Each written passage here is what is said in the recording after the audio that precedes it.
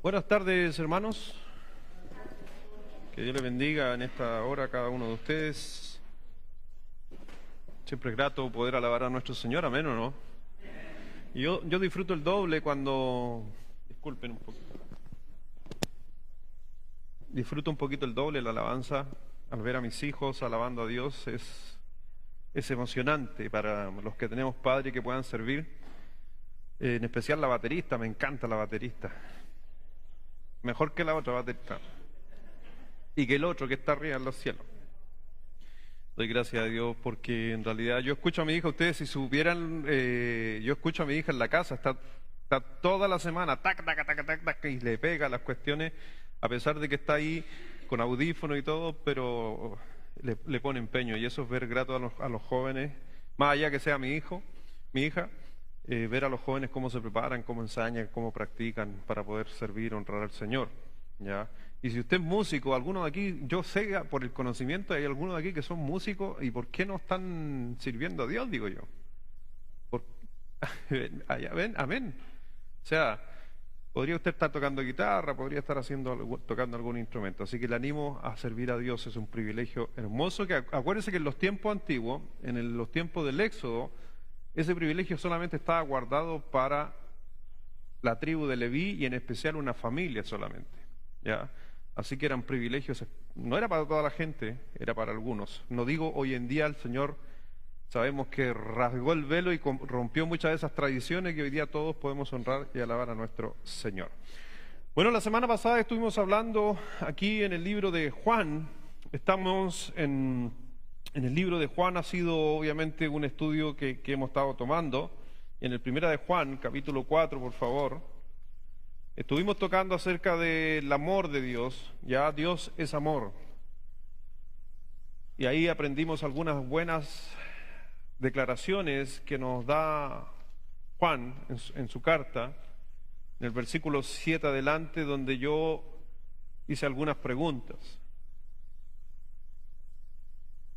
Y ¿se acuerdan una de las preguntas que yo le hacía y yo les decía, ¿Dios es misericordia? ¿Se acuerdan de esa pregunta, no? Y ahí estuvieron algunos pensando, porque hay muchas declaraciones de Dios, pero una de las pocas declaraciones que podemos decir, Dios es amor. Pero cuando decimos Dios es gracia, no. Dios derrama su gracia sobre nosotros, no, Dios no es gracia, ¿ya? Aunque es un Dios de gracia, pero no es gracia. Pero cuando hablamos de amor, cambia, porque Dios es amoroso, sí, pero Dios es amor. Y es una de las declaraciones que estuvimos viendo la semana pasada, y quedamos en el versículo 12 o 13, que casi corrigen esos versículos de Primera de Juan, capítulo 4, versículo 12, porque la hora justamente nos pillaba. Y en realidad yo les conté que lo que me habían dado a predicar a mí era del versículo 7 al versículo 21, pero era demasiado para todo lo que, la maravillosa información que nos da Juan en esta carta. Vamos a leer, ¿les parece? Del versículo 12, o del versículo 13, vamos al versículo 12, porque alcancé a tocar eso, del versículo 12 al versículo 21, todos juntos, ¿les parece alternadamente? ¿Amén?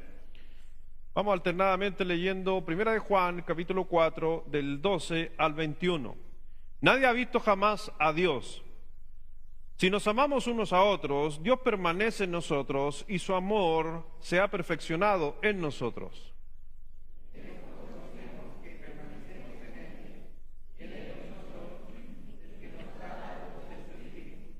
Y nosotros hemos visto y testificamos que el Padre ha enviado al Hijo, el Salvador del mundo.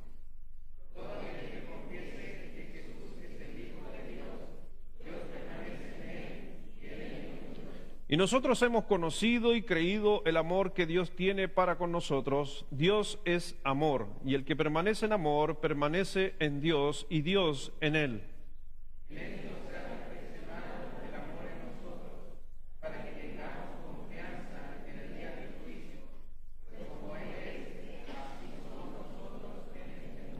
En el amor no hay temor, sino que el perfecto amor echa fuera el temor, porque el temor lleva en sí castigo. ¿De dónde el que teme no ha sido perfeccionado en el amor?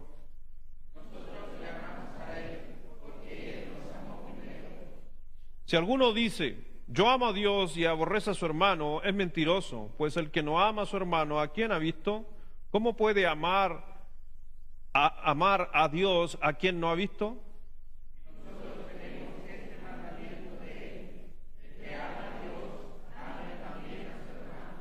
Es maravilloso ver todas las palabras que ocupa Juan constantemente hablando del amor. Y podría haberse quedado pegado Juan solamente diciendo, amemos a Dios y amen a Dios. Pero como Juan a la final está diciendo, pero ojo, amar a Dios también significa amar a tu prójimo. Porque, y ahí hace una gran pregunta Juan diciendo, ¿cómo tú dices amar a Dios al que no ves, al que es un espíritu que nadie ha visto, y no vas a amar a algo que ves, que es tu prójimo? Dentro de la lógica divina, estoy hablando de la lógica de Dios a través de obviamente la inspiración, la lógica de Dios dice, ¿es más fácil amar lo que se ve o lo que no se ve? ¿Qué es más fácil? Lo que se ve. Esa es la lógica que Dios está planteando en la inspiración a Juan. Lo que se ve es más fácil amar que lo que no se ve. Pero dense cuenta que cuando hablamos del cristianismo y hablamos entre nosotros, entre los hermanos, la familia de Dios, decimos amar más a Dios, pero no amamos a nuestros hermanos. Y el Señor dijo una palabra ahí bien fuerte. Dijo, todo el que dice, yo amo a Dios, pero aborrece a su hermano, es un mentiroso. Entonces fueron palabras que Juan ocupó para hablar de, en cierta manera, acuérdense que también habían algunas creencias en aquel tiempo. Juan está atacando un poco el gnosticismo que había en aquel tiempo, donde mucha gente pensaba que podía ser salvo por el conocimiento de Dios, y Juan estaba diciendo, no, tú vas a ser salvo porque confieses a Cristo, lo dice ahí en el versículo 14, porque tú confiesas a Jesucristo, que Él vino y murió por nosotros, y que más encima tenemos que amarle a Él y a nuestro prójimo. En realidad eso es lo que refleja un verdadero convertido. No alguien que tiene mucho conocimiento de la Biblia, que se tiende a confundir. Ahora, el conocimiento acerca a Dios, sí. ¿Por qué? Porque mientras más comes de la palabra de Dios, más cerca está de Dios. Pero a la final también a veces eso puede discrepar, porque el Señor también, cuando escogió gente para el ministerio, para la obra de Dios, ¿a quién escogió? ¿A los necios o a los sabios? A los necios. O sea, un sinónimo de necio, a los tontos. Y yo fui elegido por Dios. ¿Y usted también? Pero, ¿qué dice? ¿Para avergonzar a quién? A los sabios, a los capos, a los que se creen algo. Vamos a orar para bendecir la palabra de Dios y estar hablando del amor que Juan nos dice ahí en este texto. Padre, gracias Dios te damos en esta noche. Gracias Dios por tu bondad. Gracias Dios por todo lo que tú haces. Realmente nosotros no merecemos nada de lo que disfrutamos. Bien claro lo dice tu palabra, y a veces se nos olvida que nuestro fin era la muerte, nuestro fin era un castigo eterno, pero por la gracia tuya, sin nosotros habernos esforzado, tú enviaste a Jesucristo a morir por nosotros. Y nosotros te recibimos, te aceptamos, porque tú justamente ofreciste un regalo y lo tomamos. Y Dios mío, gracias por ese privilegio que nos has dado. Bendice Dios esta noche, danos entendimiento, danos claridad, que nuestra mente se pueda realmente abrir a la influencia del Espíritu Santo, a ser controlado por el Espíritu Santo, para poder entender tu palabra, porque no hay ninguna otra manera, Señor, de poder entender la palabra si no está obrando el Espíritu Santo. Pero sabemos que en la casa de Dios, en el lugar donde se abre y hay cristianos, la palabra de Dios nunca vuelve vacía. Gracias, mi Señor. Bendice tu santa palabra, bendice a nuestros niños y a cada persona que ha llegado a este lugar. Si hay una visita con nosotros, acompañándonos quizás por primera vez, que realmente vivamos como iglesia lo que dice la Escritura, demostrar el amor hacia nuestro alrededor. Gracias por todo. Bendice a cada uno en el nombre de Jesús. Amén. Dice el versículo 13 que veíamos ahí: en esto conocemos que que permanecemos en Él y Él en nosotros, en que nos ha dado su Espíritu. El Espíritu Santo, y recién inclusive en la oración estaba diciendo, es el que nos ayuda. No hay otra manera de que usted haga cosas que no están en la naturaleza humana, las lleve a cabo. El amar, lo dije la semana pasada, es sobrenatural, ¿ya? A veces no me gusta ocupar esa palabra porque esa palabra es a veces muy mal ocupada por algunas denominaciones donde le llaman sobrenatural a todo y a los encuentros medio espirituales, místicos y todo. Tengo una palabra sobrenatural para ti. Bueno, todas las palabras que están en la Biblia son sobrenaturales, ¿ya? ¿Por qué vienen de Dios? Algo sobrenatural. Pero cuando hablamos de esto y el Señor está hablando, yo no puedo amar a una persona si no tengo al Espíritu Santo, el que me fue dado por haber yo reconocido a Cristo como mi Salvador. Por eso usted hoy día puede amar de la manera correcta, porque la influencia del Espíritu Santo en su vida produce, ¿se acuerda Gálatas 5? ¿Alcancé a tocar eso la semana pasada o no? ¿Sí? ¿No? ¿Sí? ¿Quién está aquí despierto de la semana pasada? ¿Toqué Gálatas 5 la semana pasada o no? ¿Sí? Los que toman nota, no estaba el Felipe, no estaba el Felipe. Y su señora no toma nota. No estaba tampoco. Ah, ya, entonces lo toqué. Ya, yo decía entonces la semana pasada, es que no me recordaba si lo había dicho, que si nosotros realmente amamos es porque el Espíritu Santo produjo el fruto en nosotros.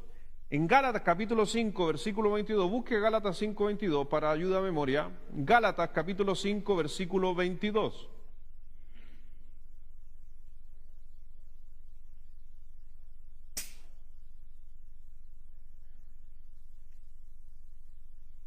En Gálatas 5, 22 y 23...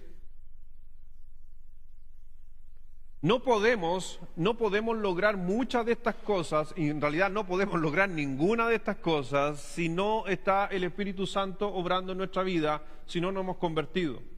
Y no necesariamente inclusive no convertido, sino obrando el Espíritu Santo sobre nosotros. No lo busque, pero en Efesios capítulo 5, no lo busque, solo para los que están tomando nota se van a acordar. ¿Qué dije?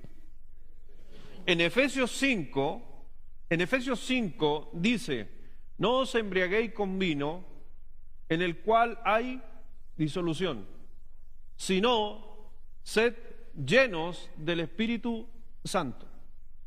¿Ok? No me acuerdo si es versículo 13, 18, ya.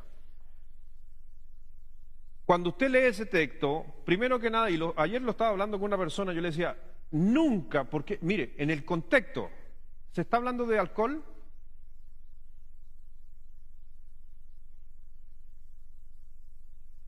¿En el contexto se está hablando de alcohol? No, se está hablando del Espíritu. Entonces, si aparece un texto en medio del contexto que es Espíritu, y aparece la palabra vino, aparece el vino, entonces el vino, ¿qué viene a ser en el contexto? Un ejemplo. Si se estuviera hablando de vino constantemente y se hablara del Espíritu, entonces el Espíritu sería el ejemplo de lo que se está hablando. Pero aquí el contexto está hablando del Espíritu. ¿Por qué estoy haciendo esta aclaración? Porque ese versículo algunos la toman, que podemos tomar. Hay varios otros versículos. Yo creo que no, por otra cantidad de versículos, y por muchos textos, y por el mismo griego que habla acerca de esto. Pero cuando dice, no os embriaguéis con vino, ¿cuál era el contexto? El Espíritu, no vino. Entonces está dando un ejemplo. No os embriaguéis con vino, en el cual hay disolución, sino sed lleno. El sino está tomando el ejemplo para explicar una verdad. Sino sed llenos del Espíritu Santo. Y aquí es bien sencillo en cierta manera. Cuando la gente se emborracha, pierde el sentido. Ese es el ejemplo que Pablo está escribiendo en esa carta, que está diciendo que cuando alguien no se deja controlar por el Espíritu Santo, pierde sus sentidos sobrenaturales. ¿Cuáles son esos sentidos sobrenaturales? Les dije que no me gusta mucho esa palabra, pero hay que ocuparla. Gálatas 5, 22 y 23. Que si no es por obra del Espíritu Santo, ninguno de esos se pueden desarrollar en nosotros. Por eso, ¿y qué quería decir con esto? Que una persona salva, convertida, no necesariamente está controlado por el Espíritu Santo. Porque esa es una decisión suya, de dejar que el Espíritu Santo obre en usted.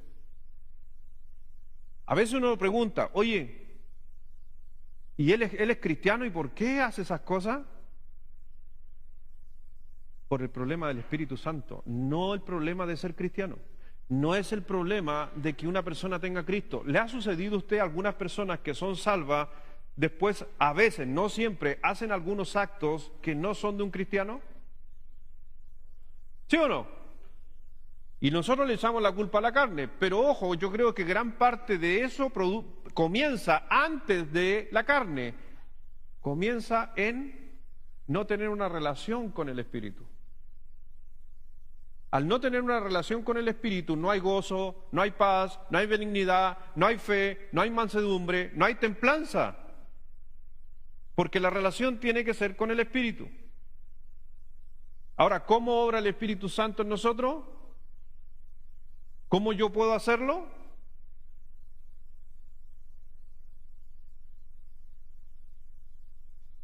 A través de cumplir, número uno, la voluntad de Dios. Y una vez que se cumple la voluntad, el Señor nos muestra el plan de Dios. Y cuando nos muestra el plan de Dios, para poder desarrollar el plan de Dios en nuestra vida, necesitamos amor, gozo, paz, benignidad y todo lo demás. Lea por favor Gálatas capítulo 5, versículos 22 y 23. Gálatas 5, 22 y 23, a la 1, a las 2 y a las 3.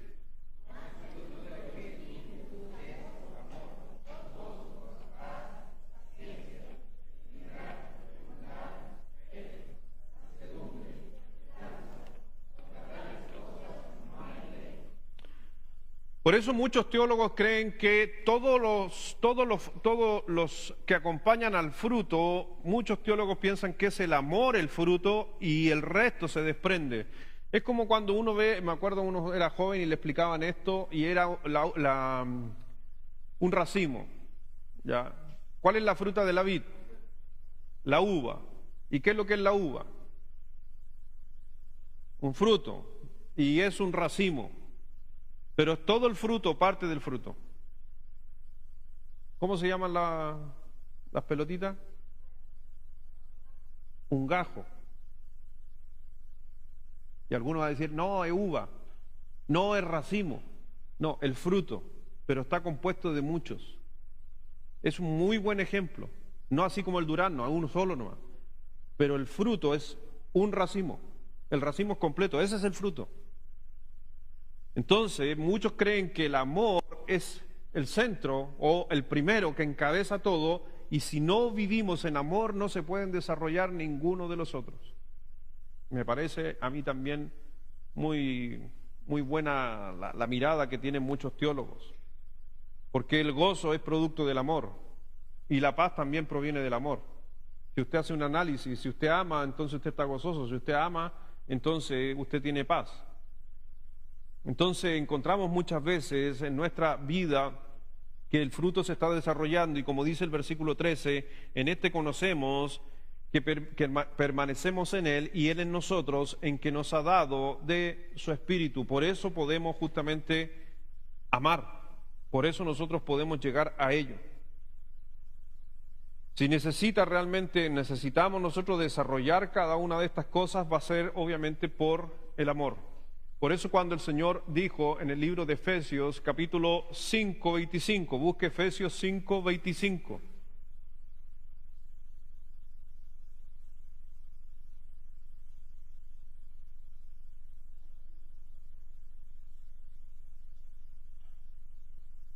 En Efesios 5:25,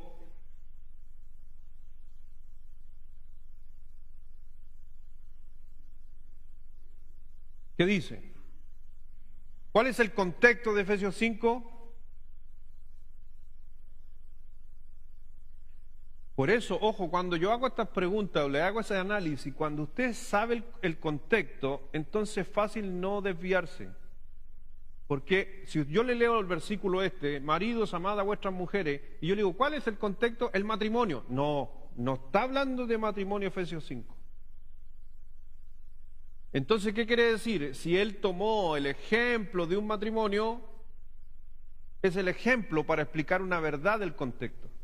Pero no es, por si acaso, en el contexto es la relación de Cristo con su iglesia. Y como ejemplo tomó ¿qué cosa? El matrimonio. Maridos, amad a vuestras mujeres, así como Cristo amó a la iglesia y se entregó a sí mismo por ella. Así que la presencia, por si acaso, activa de parte del amor, realmente constituye en nosotros una verdadera demostración hacia otro. Si yo digo amar a Dios, entonces debería reflejar amando a tu esposa. Maridos, amad a vuestras mujeres. Si ustedes están amando a Dios en una congregación y como congregación se juntan para amar a Dios, entonces marido tiene que amar a tu esposa como Cristo está amándonos. Ese es el contexto. Y nuevamente está hablando muy fuerte a favor del amor. Por eso hemos leído ahí en el versículo 13, en esto conocemos que permanecemos en Él y Él en nosotros, en que nos ha dado su Espíritu. ¿Y se acuerda usted en el versículo 4 del mismo capítulo de Juan? En el versículo 4 decía, mayor es el que está en nosotros, en vosotros, que el que está. ¿Y quién está en vosotros? El Espíritu Santo. El otro día me hicieron esta pregunta, ¿se la hago o no? De repente me llegan allá a mi oficina, llegan, pastor, le tengo una pregunta, explíqueme algo. Y hay veces que doy la respuesta y otras veces le digo, ¿sabes qué? ¿Y por qué no la investigas tú y después la comentamos? Me preguntaron la siguiente. Cuando el Señor Jesucristo le dice al pueblo, a sus discípulos, le dice, yo voy a estar con vosotros,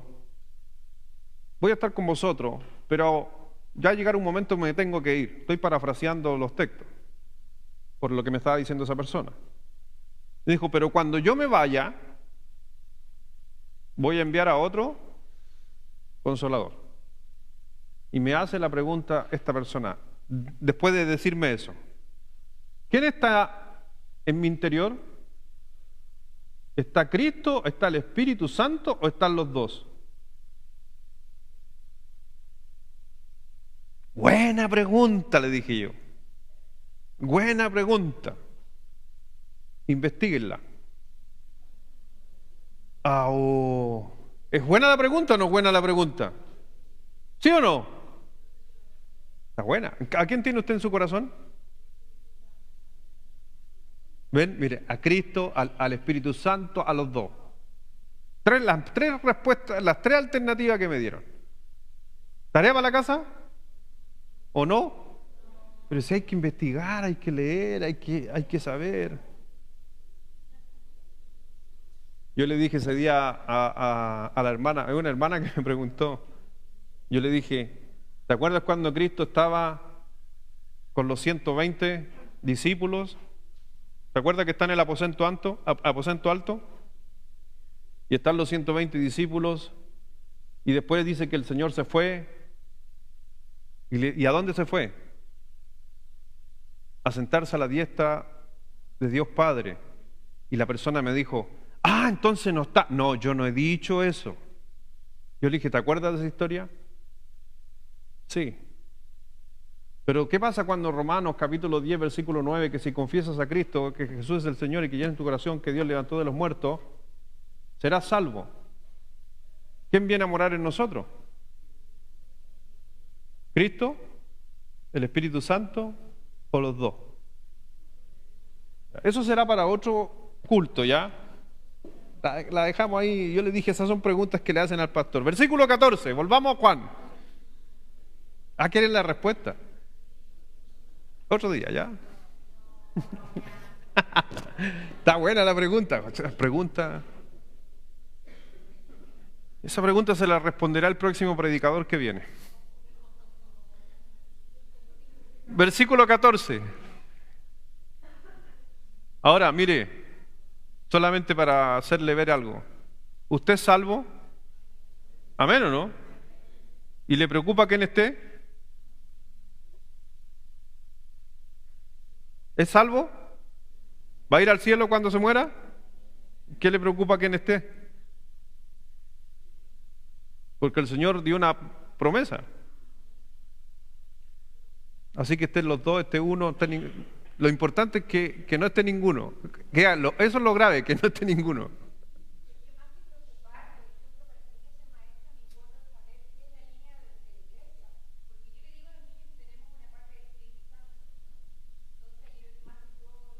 No, es fácil. No, sí es fácil. Acuérdense de una cosa. Acuérdense de esto, es fácil. Uno piensa, pero nos olvidamos de la teología básica. Te voy a preguntar a ti, profesora de escuela dominical. ¿Dios es uno? Entonces, ¿a quién tiene? Y si está el Espíritu, ¿quién está ahí? Está el Padre, está el Hijo. Y a veces nosotros queremos separarlo, porque se nos enseñó que hay que recibir a Cristo. Sí, Cristo murió por nosotros, pero es la figura de Dios como hombre, carnal. Pero Cristo sigue siendo Dios, el Espíritu sigue siendo Dios. Entonces a veces esas preguntas medias capciosas, entonces ¿cuál es nuestra posición? ¿A quién tenemos en nuestro corazón? A Dios. Entonces yo podría decir, ¿tengo a Cristo? Sí, porque es Dios. ¿Tengo al Espíritu? Sí, pero no se olviden que cada uno de ellos tienen algunas funciones, pero siguen siendo Dios. ¿Era fácil? Sí, pero a veces, por eso esas preguntas son medias raras que llegan a mi oficina, pero es válida. Pero no nos olvidemos, Dios.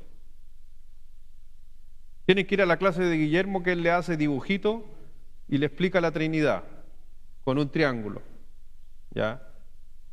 Cada punta yo también lo explico. Cada vértice del triángulo es una de las características de Dios. Dios Padre, Dios Hijo, Dios Espíritu.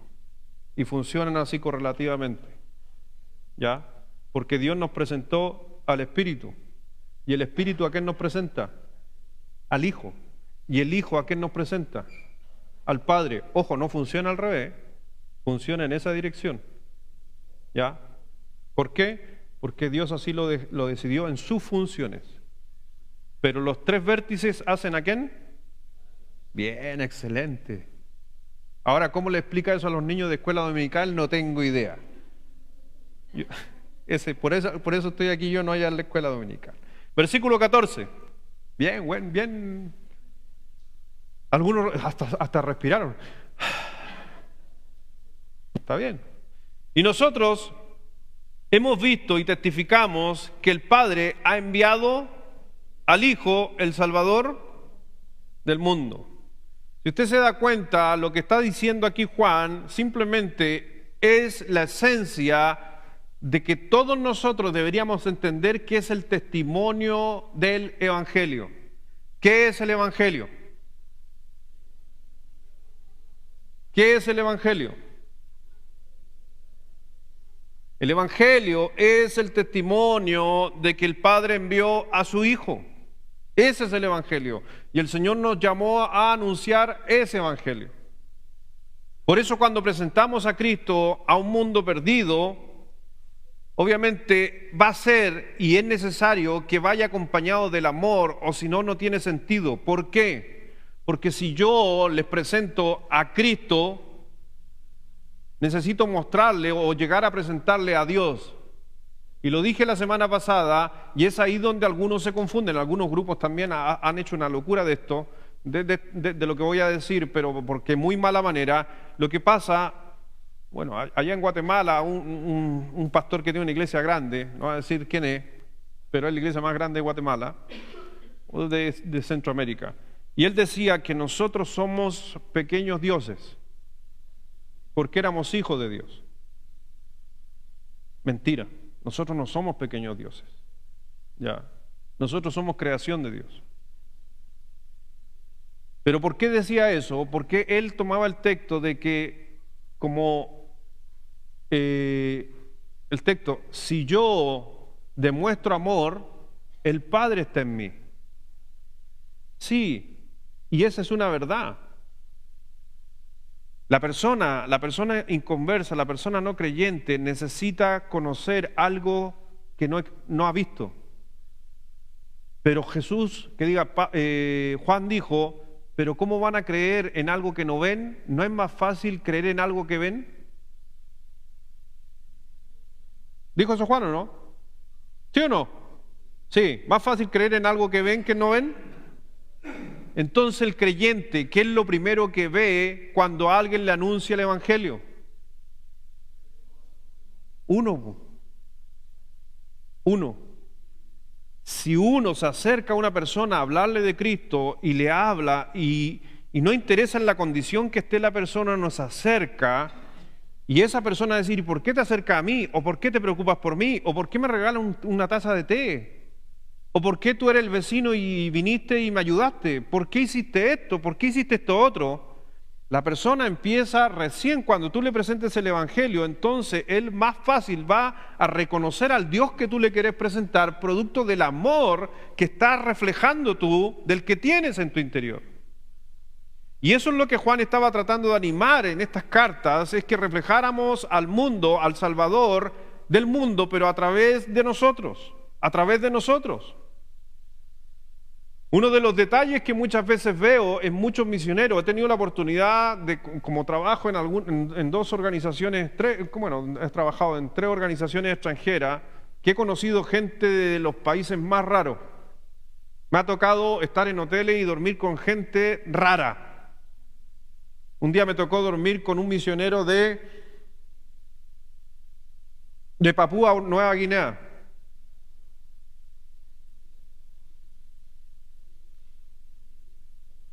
Dormí en el suelo.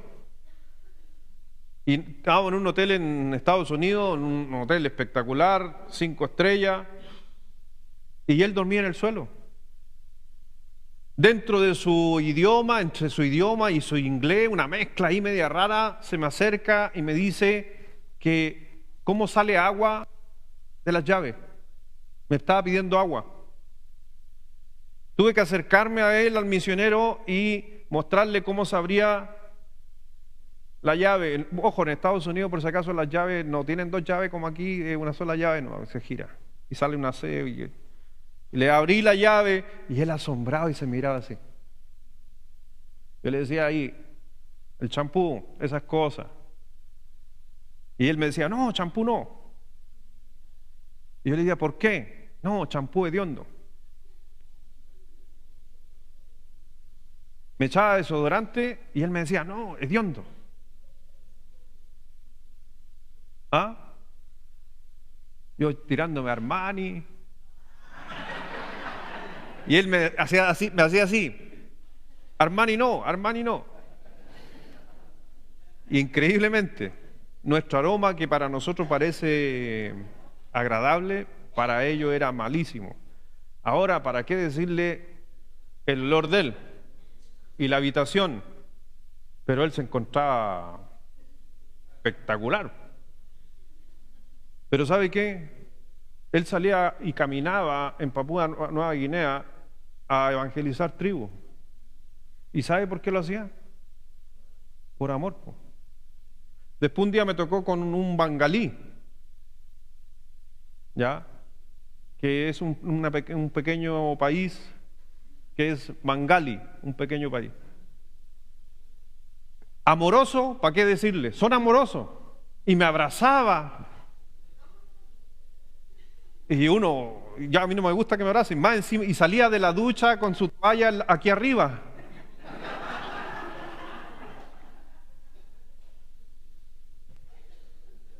Y nos ponía, hasta el día de hoy nos escribe, me muestra a su familia, a su señora, a sus hijos, y estamos siempre hablándonos dentro de lo que él habla ahí.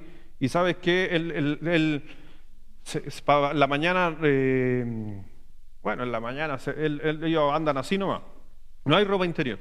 Pero tenía una sábana grande, larga, donde se la empezaba a enrollar aquí, empezaba a dar vuelta, y se daba vuelta, y quedaba vestido, impecable. Pero adivine por qué estaba ahí en Estados Unidos, de venir de Bangali y estar en Estados Unidos, porque quería tener más herramientas para poder evangelizar en un pueblo que me decía que era musulmán y que corría riesgo. ¿Y qué lo hace correr riesgo y hablar de Cristo? El amor.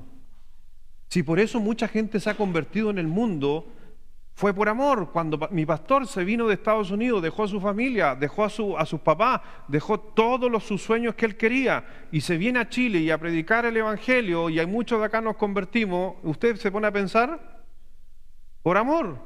Y si seguimos bajando, quizás yo, ¿por qué estoy aquí en este lugar? Yo varias veces me han ofrecido irme a otros lugares, pero ¿por qué estoy aquí? Porque amo. Y así sucesivamente. ¿Por qué los maestros de escuela dominical a veces están hasta las noches cortando papelito y todo para que los niños el día domingo jueguen un ratito con los papelitos y se los pasen al papá y el papá los echa dentro de la Biblia? Por amor.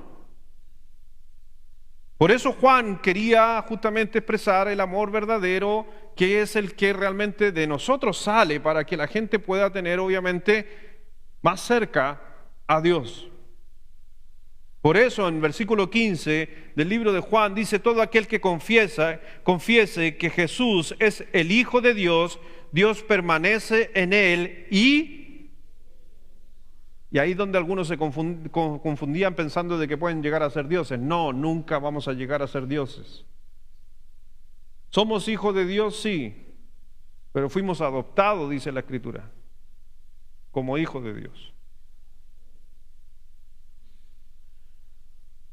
Y ojo que esto es solo el comienzo. El día que tú confesaste a Cristo como tu Salvador, sinceramente recién comenzó tu vida. Comenzó tu vida. Ayer estábamos hablando acerca de el plan de Dios en nuestra vida. Y a veces, ¿por qué no se nos manifiesta el plan de Dios en nuestra vida? ¿Por qué toma tiempo? ¿Por qué comenzó? Lo primero para que Dios desarrolle el plan de Dios en tu vida es que primero seas salvo. No puedes encontrar el plan de Dios sin salvación. Tienes que buscar de Dios. Y ahí le estábamos hablando a las personas que no confundan el plan de Dios con la voluntad de Dios. Hay mucha gente que a veces está perdiendo tiempo luchando por saber la voluntad de Dios, y me preguntan a veces en mi oficina, pastores, que no sé si es la voluntad de Dios. Hay una gran diferencia entre la voluntad y el plan de Dios. No las confunda. La voluntad de Dios, la voy a hacer cortita, muchos de ustedes que hacen clases se lo saben, ¿cierto? En discipulado lo tocan. La voluntad de Dios es una y para todos. ¿Ok? La voluntad de Dios es una y para todos. El plan de Dios es individual para cada uno. Entonces, cuando la gente llega a mi oficina y me dice, pastor, no sé si es la voluntad de Dios que haga esto.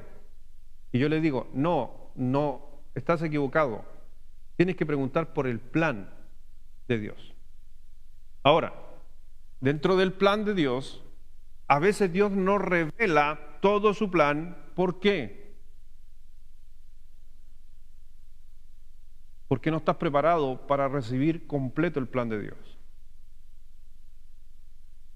Mira, dimos este ejemplo. Si Dios me mostrara el plan, yo me convierto y Dios me muestra el plan de Dios, y el plan de Dios me muestra que en 2 meses más yo me voy a morir.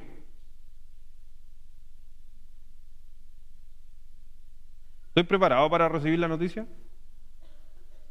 ¿O me muestra que uno de mis hijos se va a morir en 2 semanas? ¿Estoy preparado? Yo no estoy preparado para que uno de mis hijos se muera. Lo puedo aceptar, pero no estoy preparado. Ahora, como Dios sabe su plan, Dios posterga que ese plan se vaya extendiendo hasta que usted esté preparado. ¿Me comprende? ¿Me doy a entender? Entonces, por eso el plan de Dios es progresivo. Si yo leo más Biblia, más versículos, más estudio, más vengo a instituto, ¿qué pasa con el plan? ¿Se acorta o se alarga? Se acorta. Usted va a saber más rápido cuál es el plan de Dios a su vida. ¿Por qué? Porque está preparado con las herramientas para enfrentar el plan o desarrollar el plan. Por eso cuando gente dice, no, ¿y para qué estudian tanto? ¿Y para qué va a ir a instituto tanto? ¿Y para qué? Para poder entender cuál es el plan de nuestra vida. Hay mucha gente, y quizás tú en esta noche estás aquí, y te aseguro que a lo mejor tú ni siquiera sabes cuál es el plan de Dios que tiene para tu vida.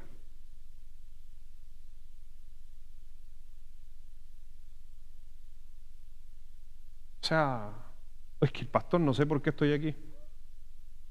Pastor, no sé qué es lo que Dios quiere con mi vida. ¿Cómo se soluciona eso? Acabo de decir, sabiendo la voluntad de Dios. ¿Cuál es la voluntad de Dios? La palabra de Dios.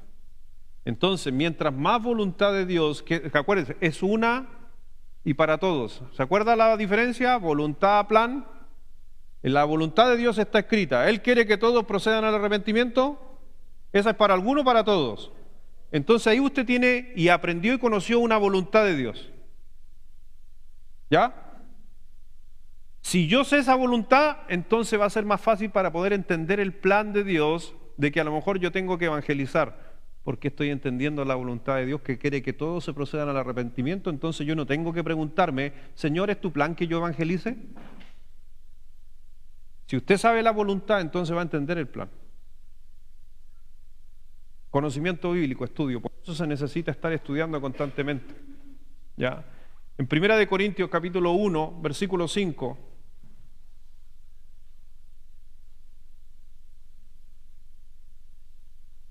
para hacer mención al versículo 15, cuando decía, todo aquel que confiese que Jesús es el Hijo de Dios, Dios permanece en él y él en Dios. Esa declaración de Juan simplemente está haciéndonos recordar que por eso vino el Evangelio. Y ahí en 1 Corintios capítulo 1, capítulo 1 Corintios 5, versículo 3, disculpen.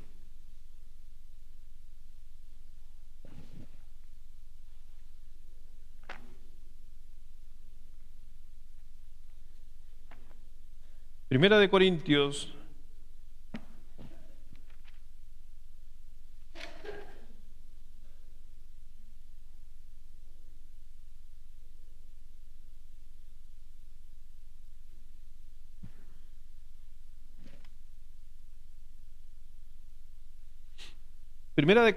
capítulo 5,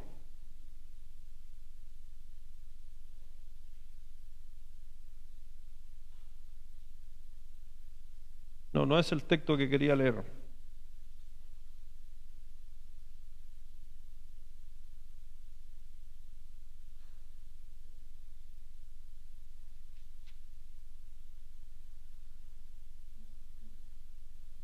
Si alguien lo busca, el texto que quiero leer es: resucitó el tercer día conforme al Evangelio. Alguien lo googlea por ahí, por favor. Dice así, no, es Corintio. 15. Ahí está el error, por eso, gracias. Puse 5, 1 Corintios, es 15, 3 y 4. Gracias. Primera de Corintios 15, 3 y 4. Léalo fuerte, por favor, 3 y 4 de 1 Corintios 15. A la 1, a las 2 y a las 3.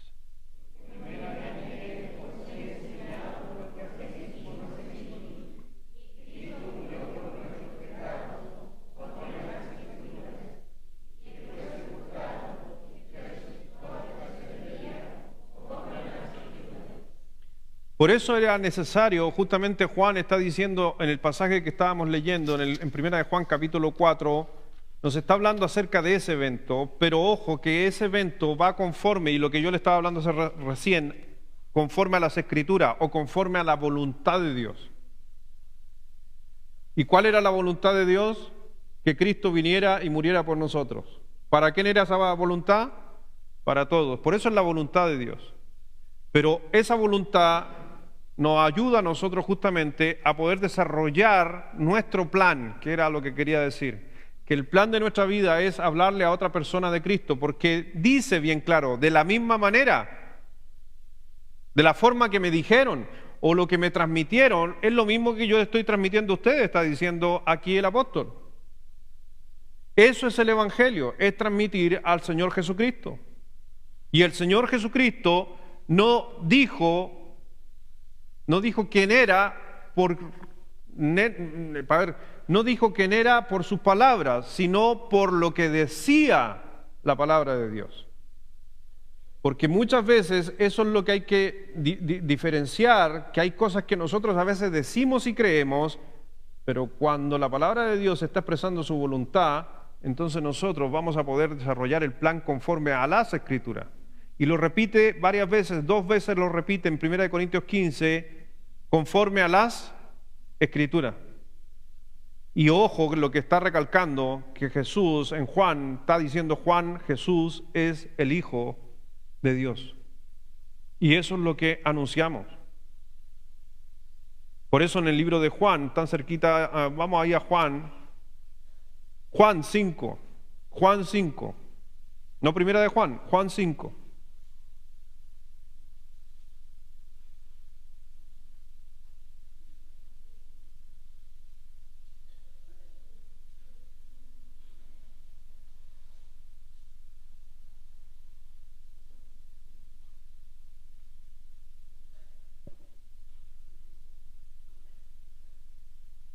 En Juan 5,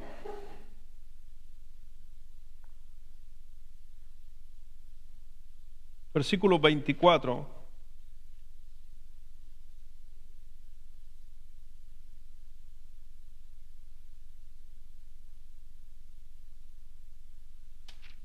dice el Señor: de cierto os digo, el que oye, ¿qué cosa? Mis palabras, y cree el que me la envió, tiene vida eterna, y no vendrá condenación, mas ha pasado. Entonces cuando vemos ese texto, nuevamente, de cierto os digo, que el que oye mis palabras, y nosotros en aquel tiempo Cristo estaba hablando, obviamente, porque Él estaba presente. Estaba usted, cuando digo de ustedes me refiero a yo también, por si acaso, ustedes o yo no estábamos ahí. Por eso nosotros tenemos que escuchar la voluntad escrita de Dios. Pero en ese momento Cristo estaba. Y Él está diciendo exactamente lo mismo que le estoy diciendo, pero in situ. El que oye mis palabras, la de Él, la de Cristo ahí, ese justamente tiene la vida eterna. Y a la final la gente tenía que oír la palabra de Dios y después le pone otro término. Y cree cree al que me envió, tiene vida eterna. Oír, creer. Son cosas que Dios pide justamente en nuestra salvación. Yo sé también que hay algunos grupos por ahí hablando de que en realidad yo no tengo que escoger nada porque Dios lo hizo todo. Se habla de la predestinación. Pero ¿por qué? Mire versículo 19. Porque confunden algunas cosas. De versículo 19 respondió entonces Jesús y les dijo: de cierto os digo, no puede el Hijo hacer nada por sí mismo, sino lo que ve hacer al Padre, porque todo lo que el Padre hace, también lo hace el Hijo igualmente. Y después va a decir Jesucristo: nada viene a mí si no lo entrega al Padre. Pero ¿qué dice el versículo 24 por palabras de Cristo? Que para ser salvo usted tiene que oír y creer. Es una decisión suya. Por eso se confunde, y esa es la decisión que nosotros tenemos que justamente compartir con otros. Yo tomé la decisión de recibir a Cristo, ya no voy a muerte, ya no voy a una condenación, porque Cristo murió por nosotros, pero necesitan otras personas a nuestro alrededor escuchar esa gran verdad, y esa es la voluntad de Dios, y está dentro del plan de Dios el que tú hables a otros del amor de Cristo. Tienes que hablar del amor de Cristo. En el versículo 19 del Juan 4, por favor. Volvamos a primera de Juan 4, versículo 19.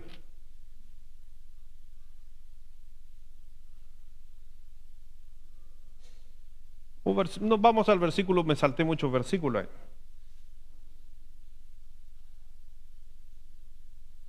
Dice versículo 16, nosotros hemos conocido y creído el amor que Dios tiene para con nosotros. Dios es amor, es una frase que se repite constantemente, y el que permanece en amor, permanece en Dios y Dios en él. Y en esto se ha perfeccionado el amor en nosotros para que tengáis más confianza en el día del juicio. Pues como Él es, así somos nosotros en este mundo. Y ahí Juan, increíblemente, pescó el amor, porque está tocando el tema es el amor, pero pescó el amor y lo llevó al juicio final. Y aquí le puso presión a los oyentes. Porque a la final está diciendo, ¿quién va a llegar a la vida eterna? El que está amando constantemente. Y no quiero que llegue a pensar usted que la salvación se pierde. No, para mí la salvación no se pierde. Lo que sí está en duda es que si realmente yo conocí el verdadero amor de Dios. Si yo digo que amé a Dios ese día que recibí a Cristo como mi Salvador, tiene que mi vida reflejar en algo ese amor. Y si yo tengo ese amor, Dios permanece en mí. Está hablando de una seguridad, no está poniendo en duda la salvación, Juan, sino todo lo contrario, está reafirmando que si usted dice ser creyente y ama a Dios, entonces debería reflejar ese amor con los demás, y para el día del juicio no tiene por qué temer.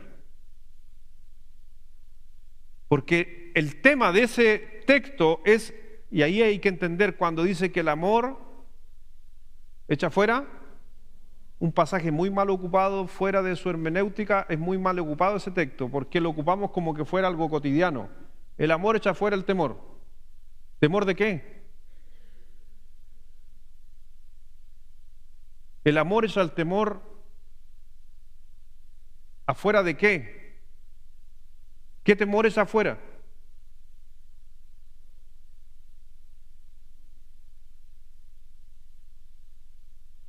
Texto.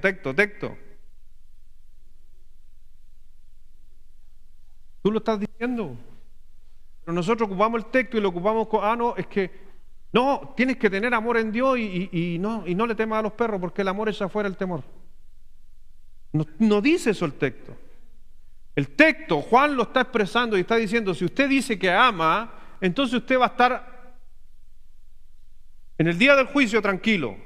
Porque si usted realmente ama a Dios, Dios, por su amor, echa fuera el temor del día del juicio. Ese es el contexto de lo que está diciendo Juan.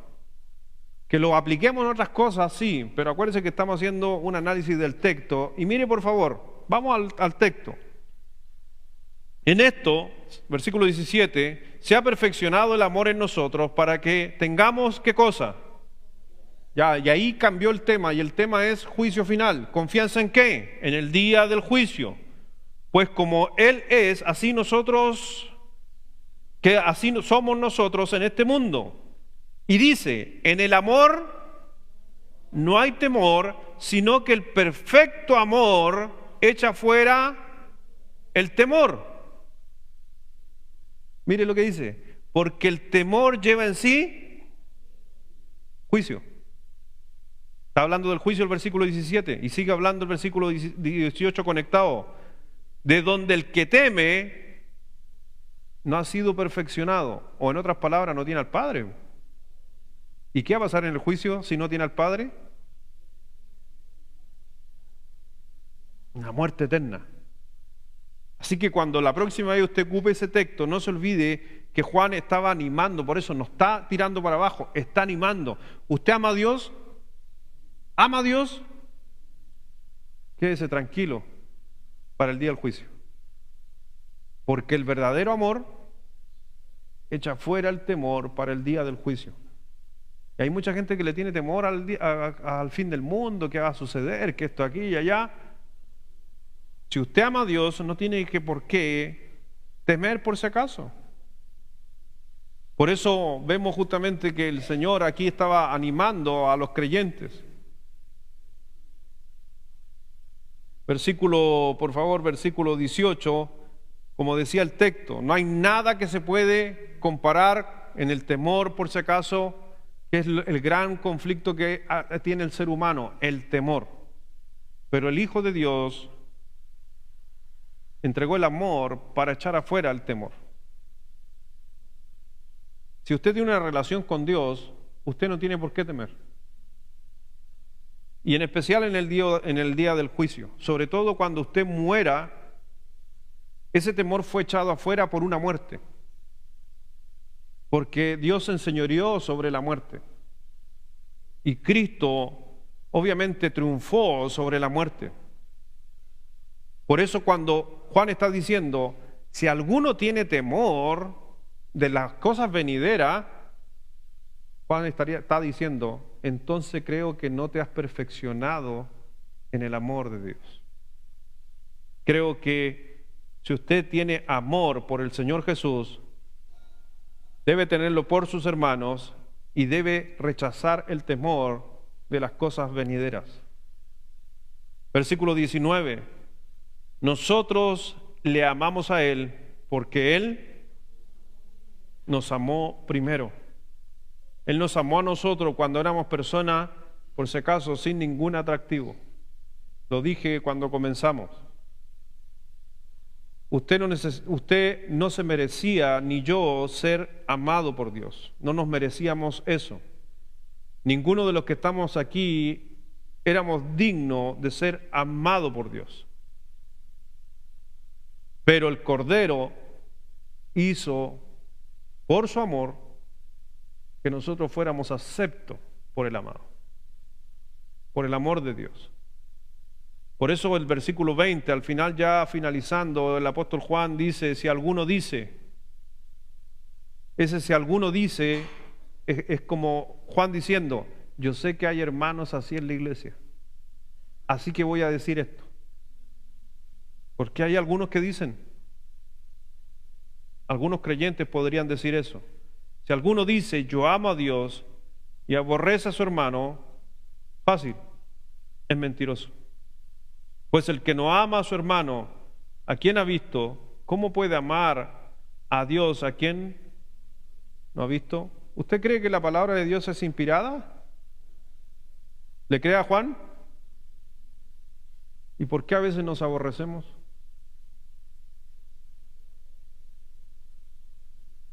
Juan no diría por qué somos pecadores.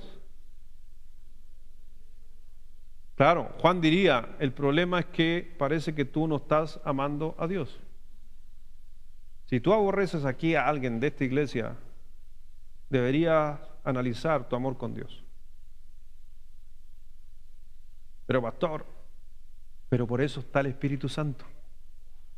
¿Por qué lo podemos hacer sin el Espíritu Santo? No se puede, mi hermano. ¿Por qué ama a su esposo? Por el Espíritu Santo. ¿Por qué no habría otra manera de amar a su esposo si no fuera por obra del Espíritu Santo? ¿Lo entiende o no? Si es así. Porque amamos a nuestros hijos después que nos hacen pasar rabia. Porque Dios está obrando con su Espíritu Santo. Y Juan está diciendo, pero ¿por qué algunos, no todos dice, algunos dicen, yo amo a Dios, pero aborrezco a él. Bueno, el Señor nos conoce, por eso están estos textos aquí, porque sabe que iba a suceder. Pero yo lo logro entender. ¿En qué sentido lo logro entender? En que el Evangelio, por si acaso también, es progresivo en algunas personas. Y uno de los riesgos más grandes que tiene el Evangelio en nosotros, y lo voy a hablar por mí, que cuando usted tiene mucho conocimiento escritural, a veces pierde la esencia del Evangelio. Y por eso constantemente los pastores o los que predican de acá arriba, los que les toca predicar, hay que tener mucho cuidado de que nos olvidemos el principio del Evangelio. Primer principio del Evangelio es que Cristo murió por amor. Y segundo principio del Evangelio es que tenemos que amar a nuestros prójimos. Y a veces por la sabiduría creemos que no se debe amar o se debe amar con ciertas condiciones, siendo que la esencia del Evangelio es amar sin condición a cualquiera. Por eso, ¿por qué no escogió a sabios y entendidos? Porque le iba a ser muy difícil entender el amor. Versículo 21.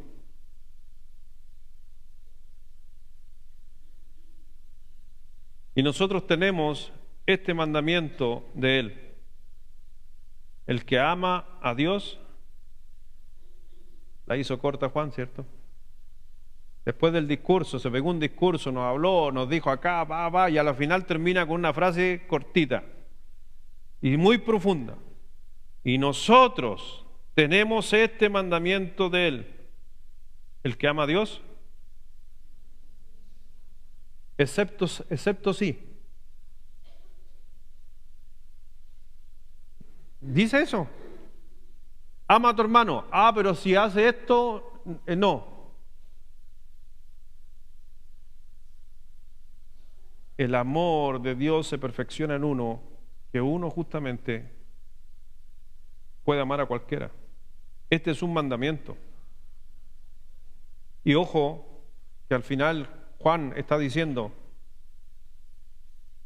si a usted le parece, si a usted le apetece, o si usted quiere hacerlo. ¿Terminó así Juan el texto? No. Juan está diciendo al final, esto es lo que yo os mando a hacer a través de Jesucristo. Es un mandato. ¿Y por qué dice? Y el que no lo hace, entonces está reflejando que el amor de Dios no está en él. Así de simple. A veces uno se cansa de escuchar, y le digo de mi interna, me canso a veces de escuchar creyentes que supuestamente son dedicados, consagrados al Señor, pero no aman. Y a través de sus palabras, a través de sus dichos, a través de sus cagüines, en ningún momento reflejan el amor de Dios. Pero me da a entender que es un doble trabajo para uno o para usted.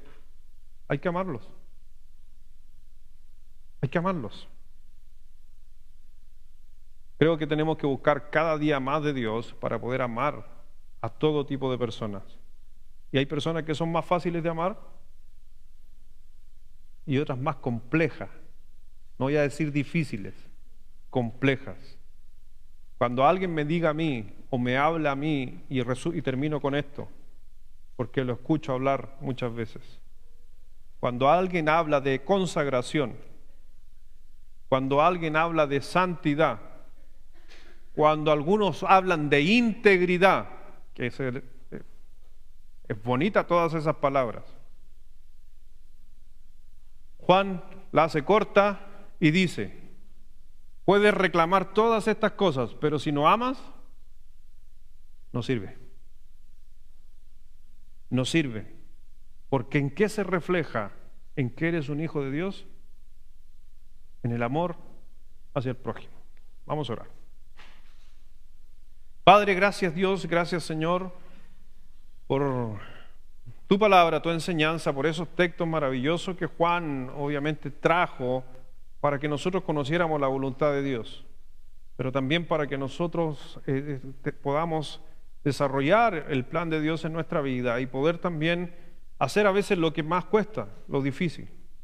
Creo que tener una vida cercana a Dios, con cosas que podemos hacer, creo que se logra medianamente fácil. Pero cuando hay que amar a todos por igual, es cuando a veces se vuelve sumamente complejo.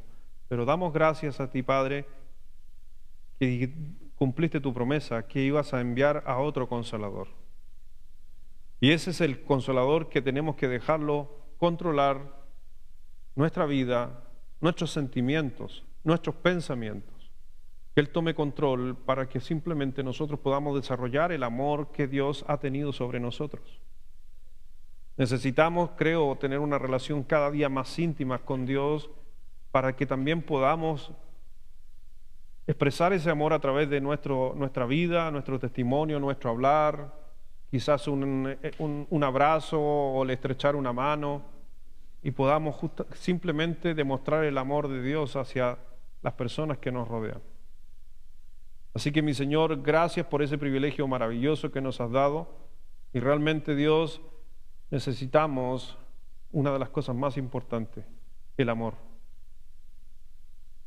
Y es por algo que quizás tú pusiste esos 3 ingredientes infaltables en todo creyente: el amor, la esperanza y la fe. Pero no hay ninguno mayor y más grande que el amor. Ayúdanos a amar a Dios, aunque a veces nos cuesta.